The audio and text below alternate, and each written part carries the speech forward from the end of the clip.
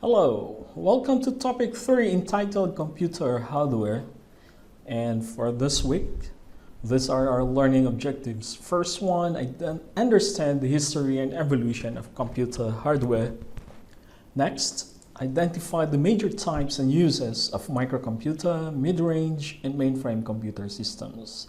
So we're going to classify these 3 types of computer systems.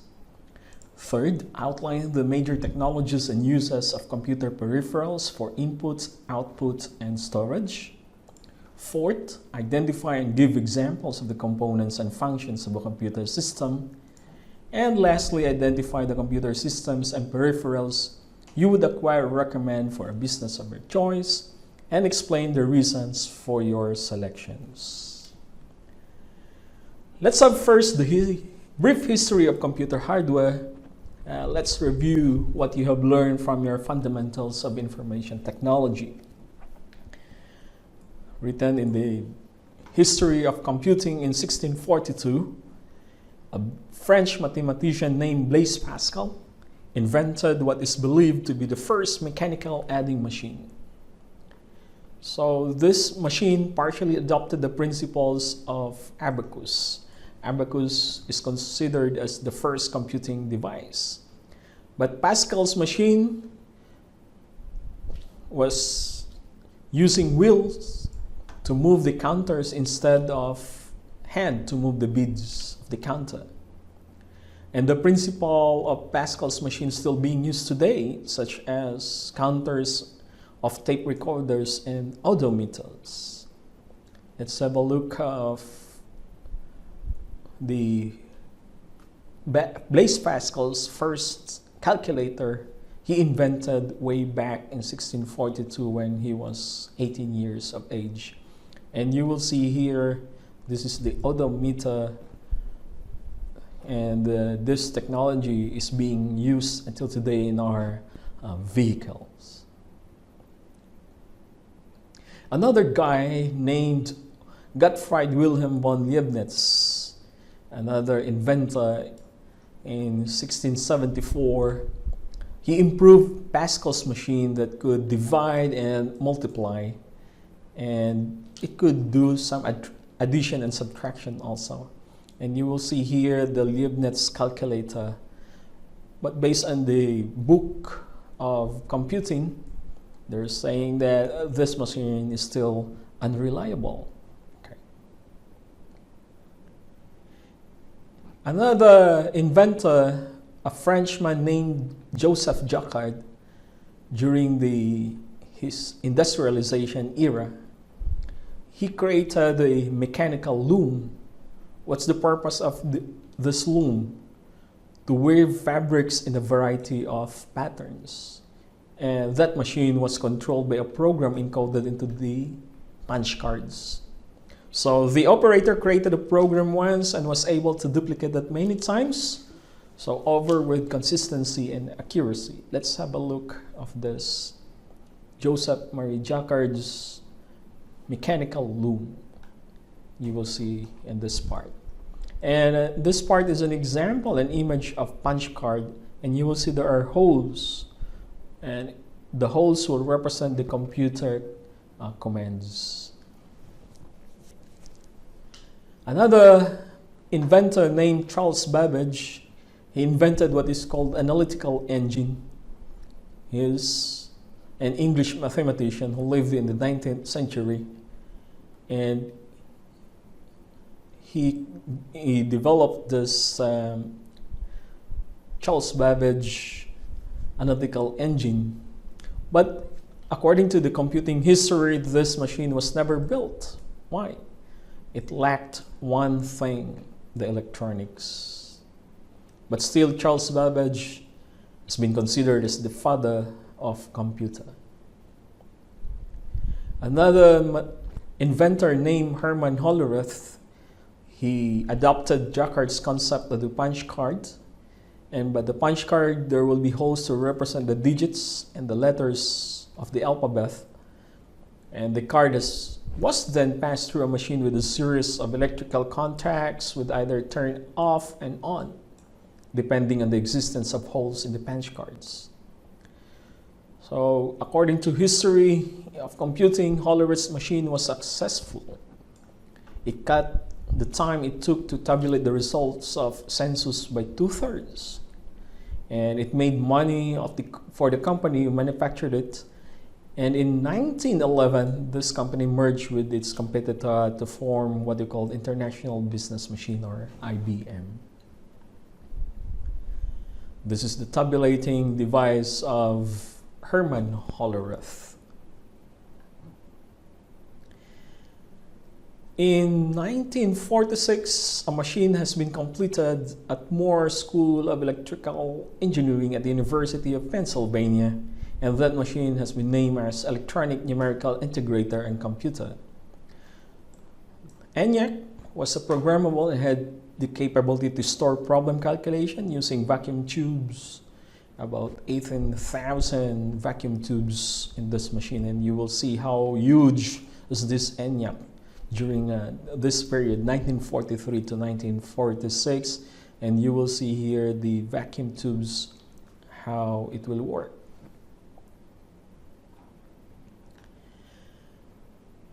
If a machine used a vacuum tube, then it will be classified as first generation computer. The previous device, ENIAC, could add 0.2 of millisecond, about 5,000 computations per second.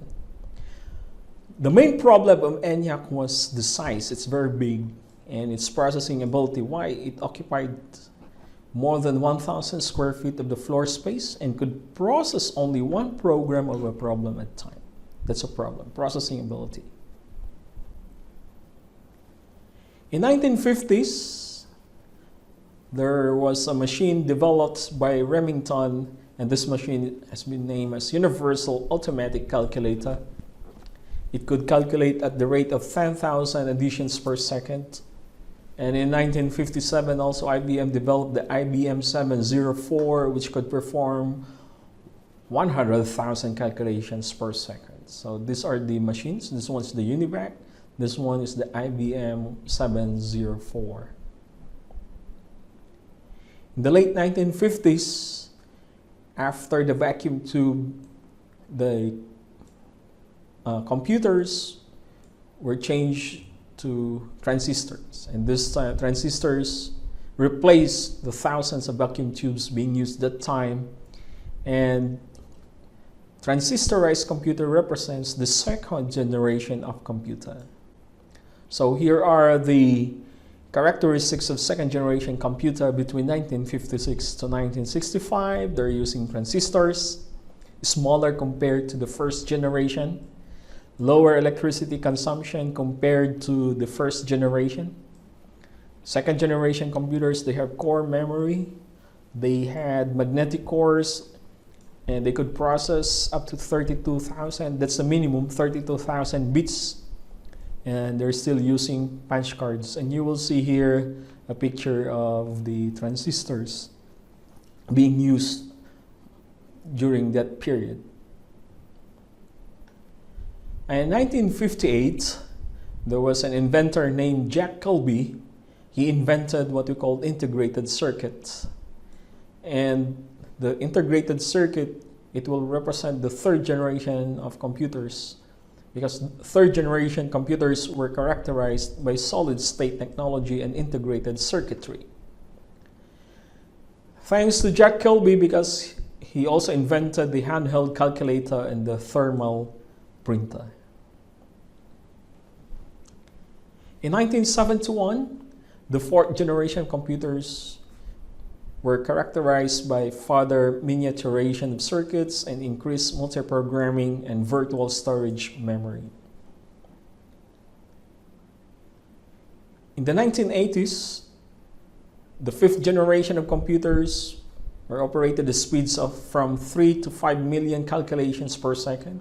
That is for small scale computers, and 10 to 15 million instructions per second for the large scale computers. It happened in 1975 when a company called MITS or MITS, they introduced what we call the Altair 8800. You will see here the Alt-800. According to the computing history, this Altair 8800, it had no computer softwares or programs, but it was considered as a personal computer available to the consumer for a few $1,000s, when most computer companies at the time were charging tens of thousands of dollars, so cheaper compared to the other personal computer. And this machine is considered as the 5th generation. Happened in 1980s. In 1977, both Commodore and Radio Shack announced that they are going to make personal computers. By the help of Steve Jobs and Steve Wozniak, there was a mass production of APAL began in 1979, and by the end of 1981, it became the fastest selling of all personal computers. And in 1982, IBM PC was born. Let's proceed to the next subtopic entitled Computer System Categories.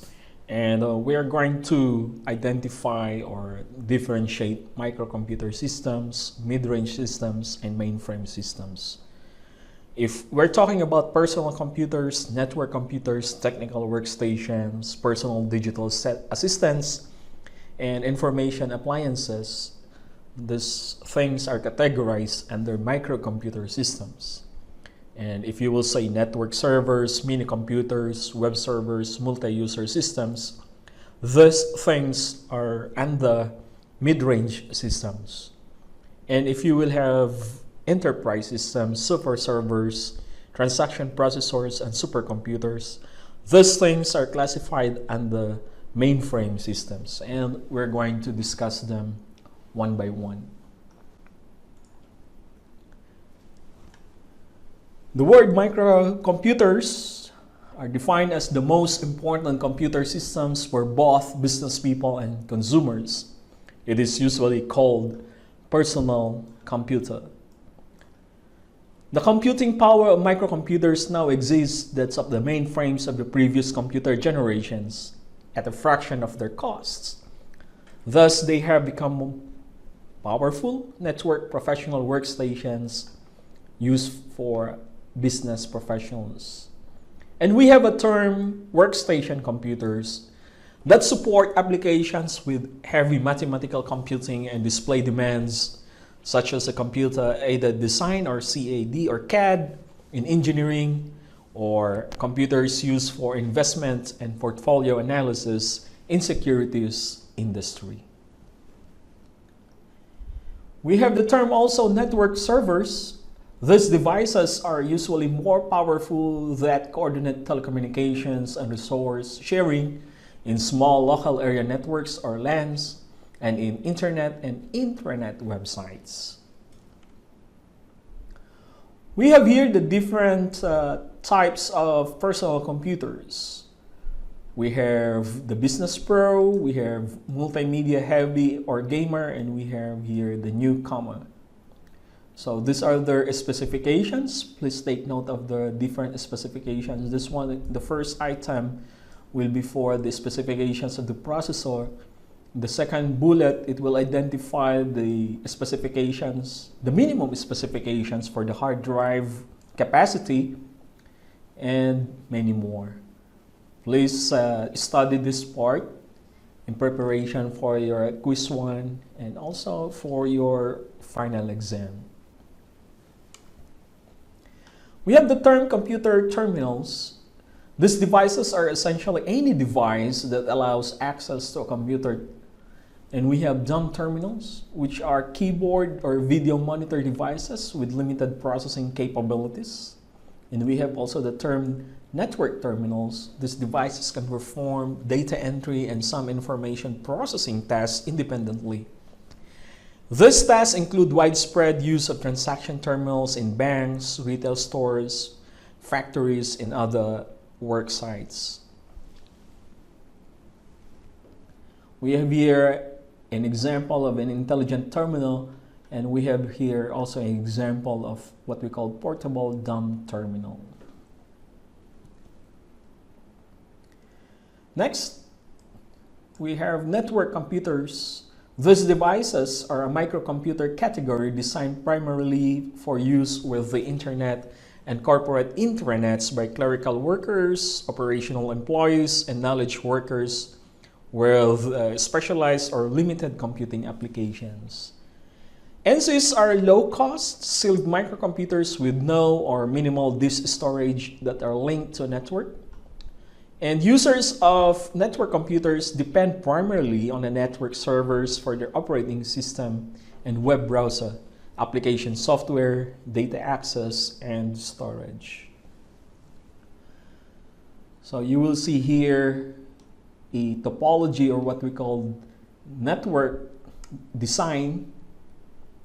And we call that one in networking as a topology, that we have here a device interconnected to other devices, and this device has been connected to a server. So one of the main attractions of network computers is their lower total cost of ownership.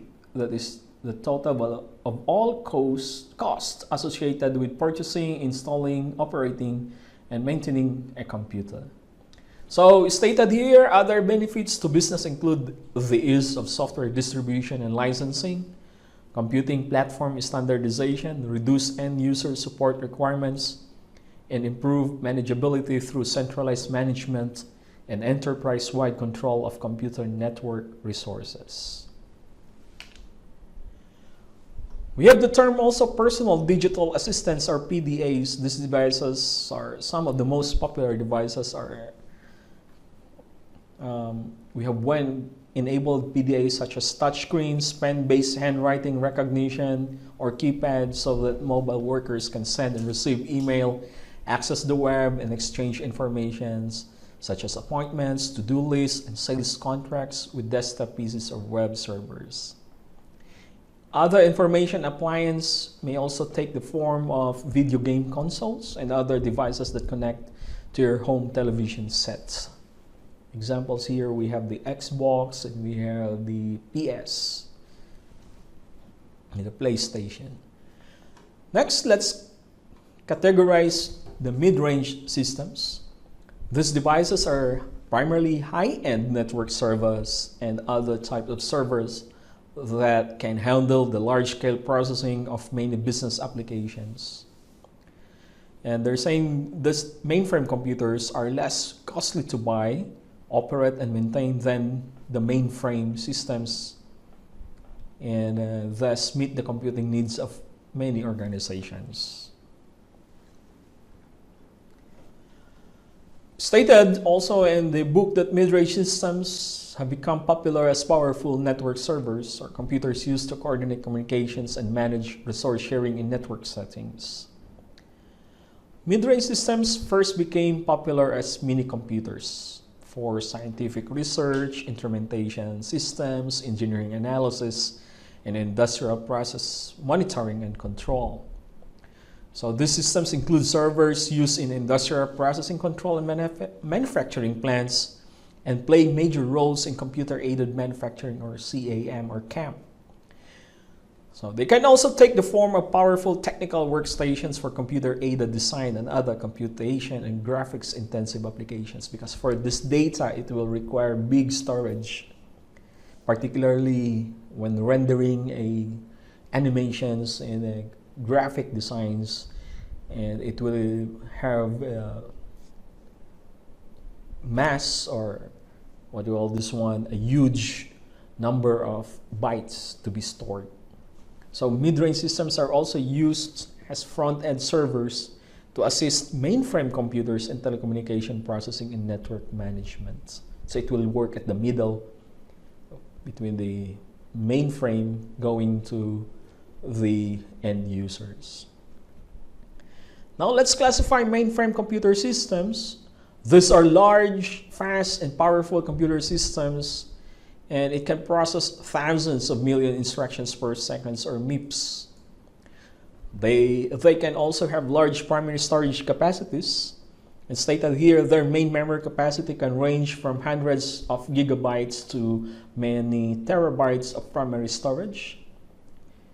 And Examples here are major international banks, airlines, oil companies, and many more.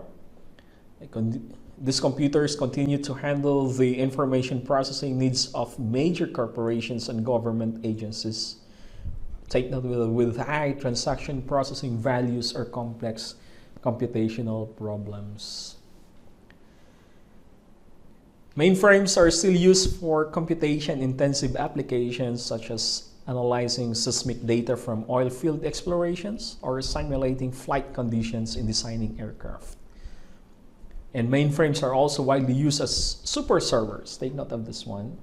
For the large client-server networks and high-volume internet websites of large companies. Take note of this image. This is an example of mainframes.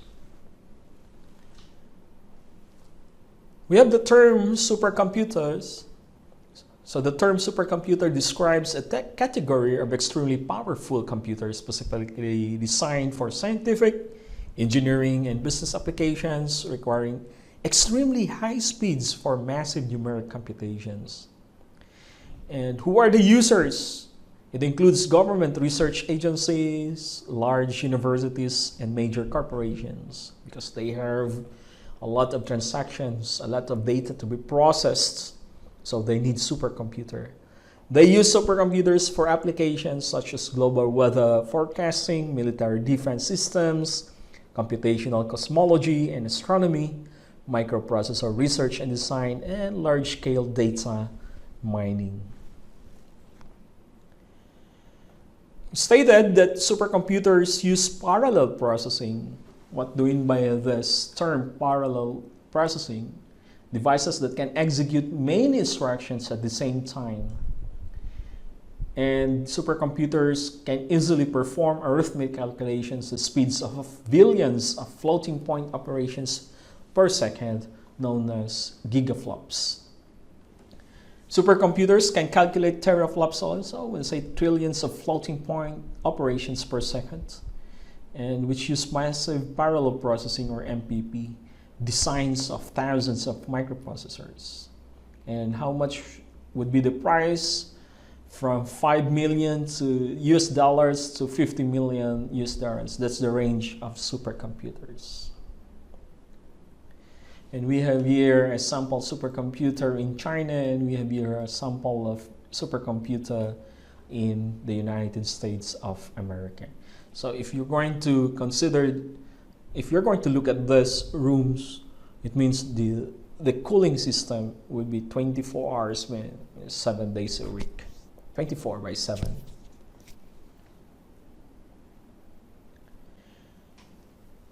Let's proceed to the computer system concept.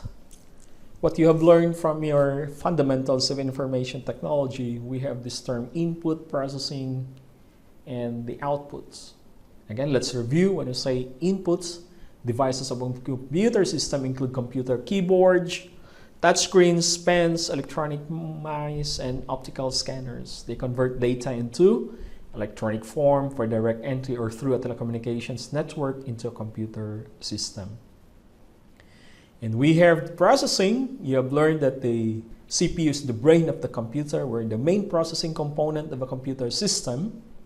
Conceptually, the circuitry of a CPU can be subdivided into major subunits. We have the arithmetic logic unit and we have the control unit.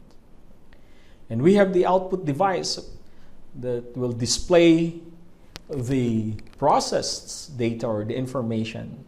Display units in terms of printing or audio or in this display units. So these devices convert electronic information produced by the computer system into human intelligible form for presentation to end users. And of course, the raw data and the information or the processed data will be stored. So we have also the storage. The storage function of a computer systems take place in the storage circuits of a computer's primary storage units. And we have different types of storage. We have magnetic disk and optical disk drives. And there are different types of memory. And one of the examples is a cache memory. Cache memory is a temporary but high-speed memory.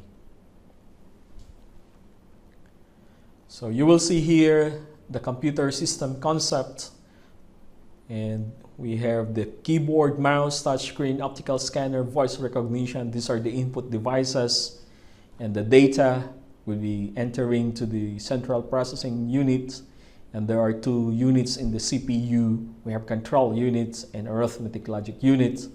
When I say control unit, interprets instructions and direct processing, and we have the ALU, or the arithmetic logic unit, performs all mathematical operations, and it will go to the bus system of the computer system, and the data will be stored in different storage devices, just like magnetic disks and tape units, optical drives, and we have hard drives.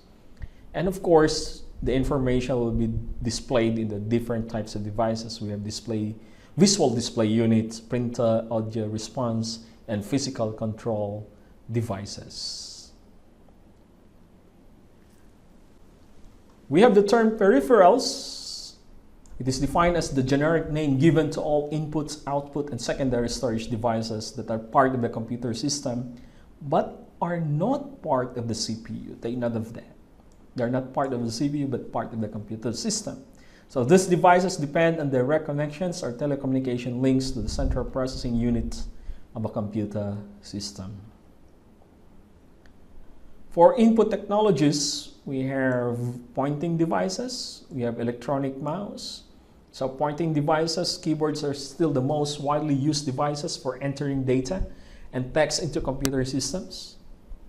And we have electronic mouse. It's the most popular pointing device to move the cursor on the screen, as well as issue commands and make the menu selections. We have also touchscreens. These are devices that allow you to use a computer by touching the surface of its video display screen. And we have pen-based computing technologies as they're being used in many handheld computers and personal digital assistants. So what are the pen-like devices are available? Example in digitizer pen and graphics tablet. Next, we have also speech recognition systems. These systems digitize, analyze, and classify the speech and its sound patterns. Take note, speech recognition systems are different from voice command systems. There are two different things. Take note of that. So the software compares your speech patterns to a database, and the sound patterns to its vocabulary, and passes recognized words to your application software. But the problem here in speech recognition system, for example, if you are not feeling well today, then it will not match to the frequency of your voice. What will happen if you have cough or sore throat?